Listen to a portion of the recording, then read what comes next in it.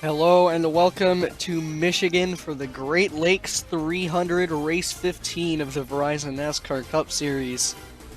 Coverage today of 25 laps here at the 2 Mile Speedway. Could be a crazy one. The race earlier this season did have a bit of 4 and 5 wide action, so we might see that. Second Michigan race is normally quite a crazy one. So looking at the starting lineup, on pole will be Ricky Stenhouse Jr., who has been struggling in points recently. Starting second is Aric Almirola. In third is going to be Matt DiBenedetto. Fourth, Suarez. Fifth, Harvick, the highest championship contender. Sixth, Buescher. Seventh, Jones. Eighth, Bowman. Ninth, Truex, previous race winner. 10th is Bowyer. 11th is Castle, 12th Keselowski, 13th Ragan, 14th is Kligerman, 15th is Byron, 16th Larson, 17th Elliott, 18th Hamlin, 19th Johnson, and rounding out the field in 20th is Ryan Blaney. So look at the championship standings going into this race. I believe it was about a 70-something, 60-something point gap between Harvick and second place Bowyer, but it will be interesting to see if they can catch him, although Harvick did start a long way up the field. Pace car peeling off into the restart zone. Green flag at Michigan for the Great Lakes 300.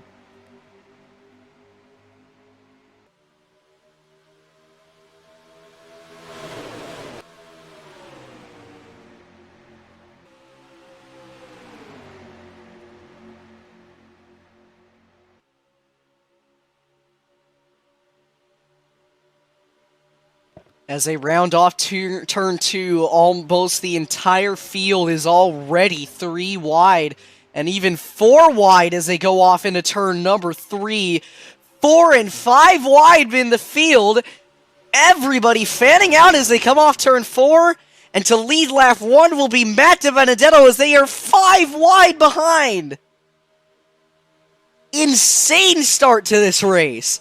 5 wide for second and 5 wide for the lead entering turn 1. What a race, and Stenhouse is sideways. They save it. What a save by Stenhouse, but the rest of the field is not going to save it. Around goes Clint Bowyer. Suarez involved. Larson in it. Around they went off of turn number 2.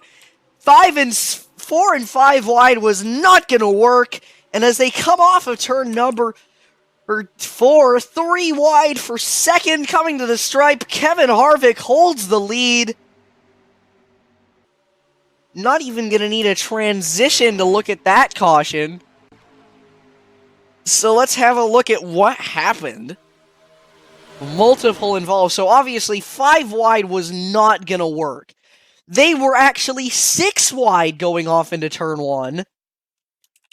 And that just was not going to work. Stenhouse and Almirola make some contact. Almirola up and into the wall, and everybody scrambles trying to avoid, and that will result in Suarez getting spun, Kligerman involved in the back, and Bowyer goes around, Larson gets in it. Let's have another look at that. From on board with the 10 of Almirola. Let's have a look at this one.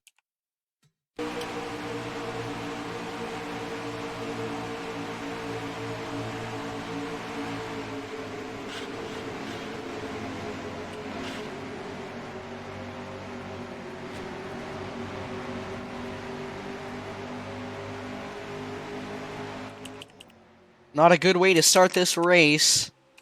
Everybody wrecking on lap number 2. So pit stops already, and it looks like Chris Buescher is going to stay out on the racetrack as everyone else comes in. Chris Buescher to stay on track in a fuel gamble. Everybody pulling in and taking mostly fuel only.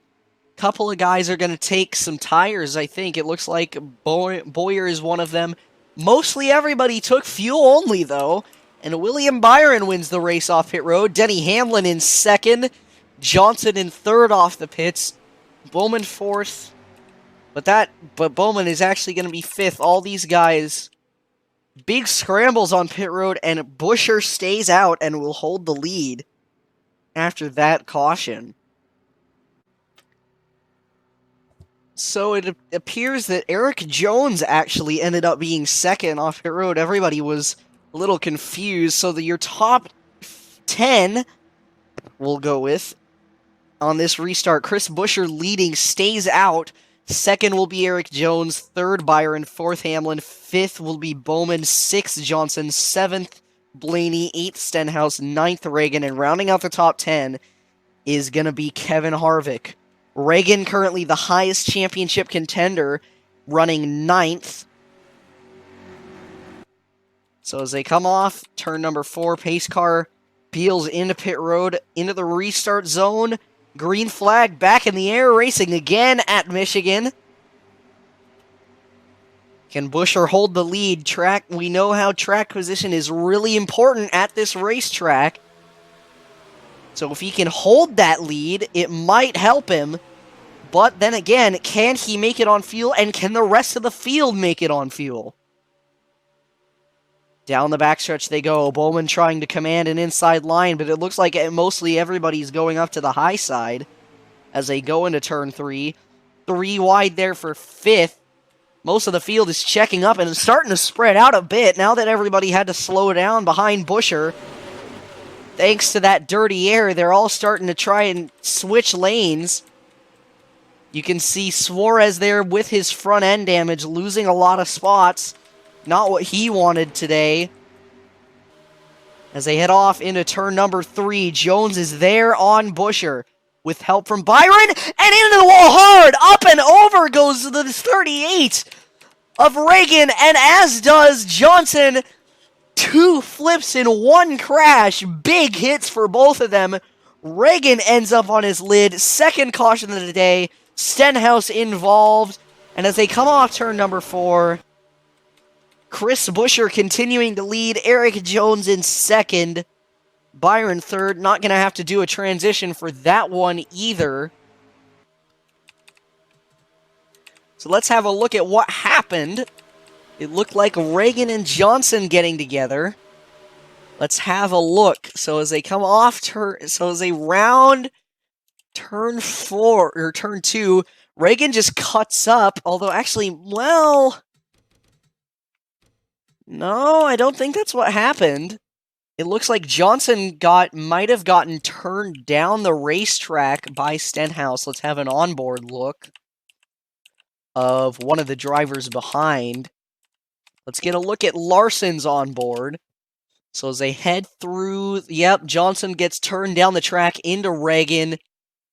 Huge hit for both of them. Stenhouse takes a big hit. Ragan goes flipping and into the catch fence, actually. Let's have a look at that. We didn't get much of a view of Ragan's catch fence hit. Let's get a look at that in real time. Yeah, Stenhouse just turns the 48 down, and they take a hard hit, and he gets popped up by Stenhouse. Rides on top of that wall, and it flips it over. Johnson goes flipping as well. Not what they wanted. So, pit stop, Stenhouse, Johnson, Ragan, obviously. But Buescher is going to stay out on track. It looks like they might actually be able to make it to the end, unless Buescher is just trying to gamble and maybe hope that they get enough cautions that he can just save gas. And we'll see if that strategy works by the end of this one. Green flag back in the air. I missed the start by just a little bit. Buescher leading the race now still.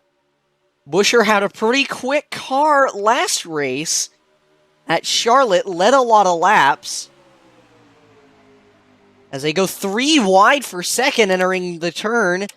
Harvick there on the inside, everybody stacking up behind. Little bit of contact. Truex sideways. Good save by the 19.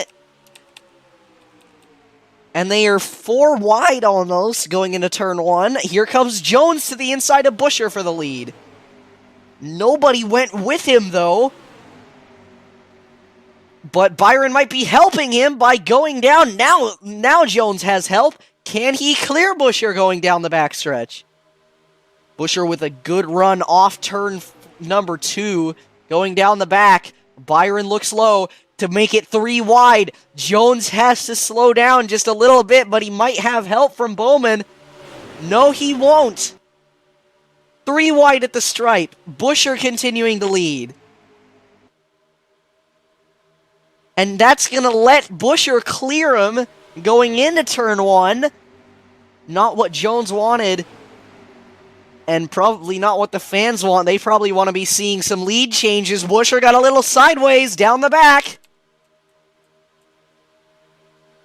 DiBenedetto and Jones going at it down the back for third. Can Bowman get there to Buescher? He didn't have to lift too hard. He was a little ways back. Had some breathing room. If he can maybe slot in and get some help, but he's not trying to get in front of DiBenedetto. Can Bowman challenge for the lead as they go into turn number 1? Bowman is there. If he can just get help. The field fanning out behind. Bowman kind of had a bit of an advantage coming off too, but now Buescher has the help as well as the run from the high side going off the corner. Here they go. DiBenedetto is going to be able to hold the bumper. Can he get there? To the inside of Buescher. 3 wide for the lead off the corner. Here they come. Down the front. DiBenedetto now for the challenge.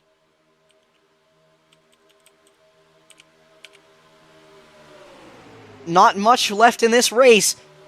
DiBenedetto trying to go for the race lead. He is not in a good situation in points.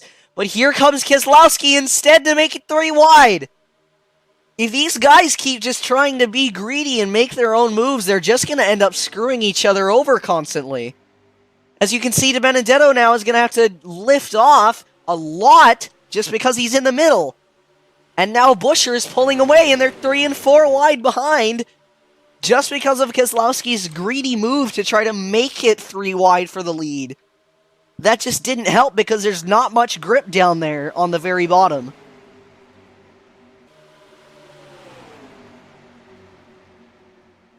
As they come off turn 2, Larson will be the next driver in line to challenge Buescher. The top 3 drivers are all Chevys. There are no Fords currently in the top 5. All of them are either Chevys or Toyotas. But Bowyer's looking to change that, trying to get to the inside of DiBenedetto. DiBenedetto trying to carry his momentum up high as they are side by side for the 5th spot. And here comes Hamlin. Hamlin with an aggressive move to make it 3 wide. And Castle in the wall. Castle gets the wall coming on into turn number 1. Here comes Hamlin. It is still only Chevys and Toyotas in the top 5. All the way back to 7th, actually. Well, no. All the cars until 6th are either Chevys or Toyotas. As they come off of turn number 4. With 6 laps to go this time by, Castle trying to make a move on Larson for 2nd. Larson can't quite get to Buescher. Buescher looking for redemption over last week. Not exactly last week, but you get what I'm trying to say. Buescher led almost half of that race and was one of only 4 leaders that race and is currently only one of 2 leaders in this race. Buescher led over half that race, but lost the race to Martin Truex Jr. due to fuel strategy and fuel strategy only. Coming off turn 4. 5 laps to go for the 37 team of Chris Buescher.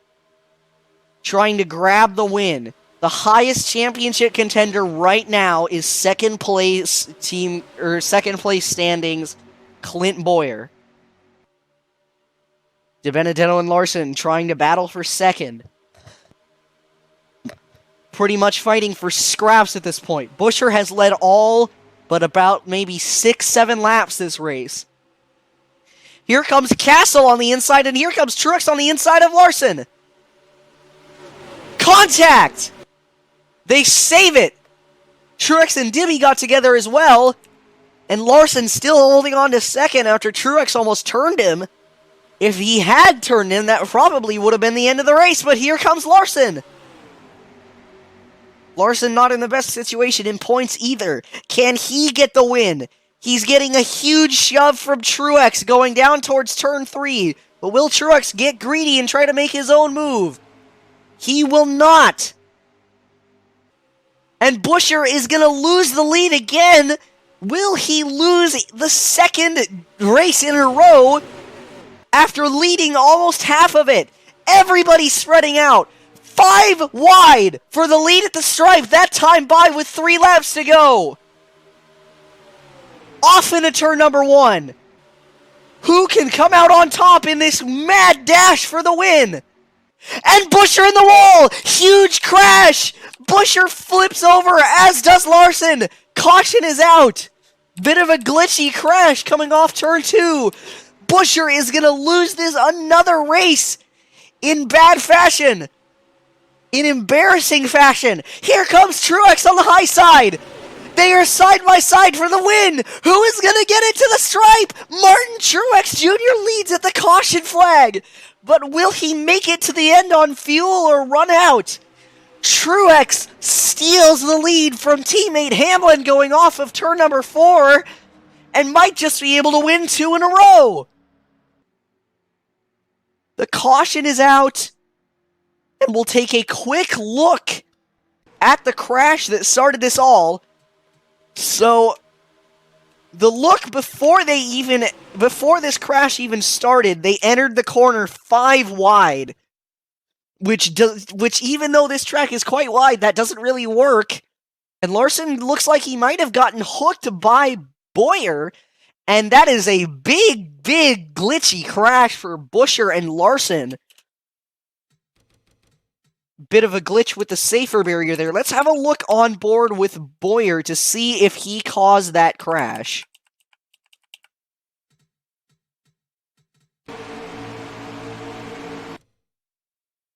Oh, he didn't really hit him that much, so Larson kind of just turned down the racetrack.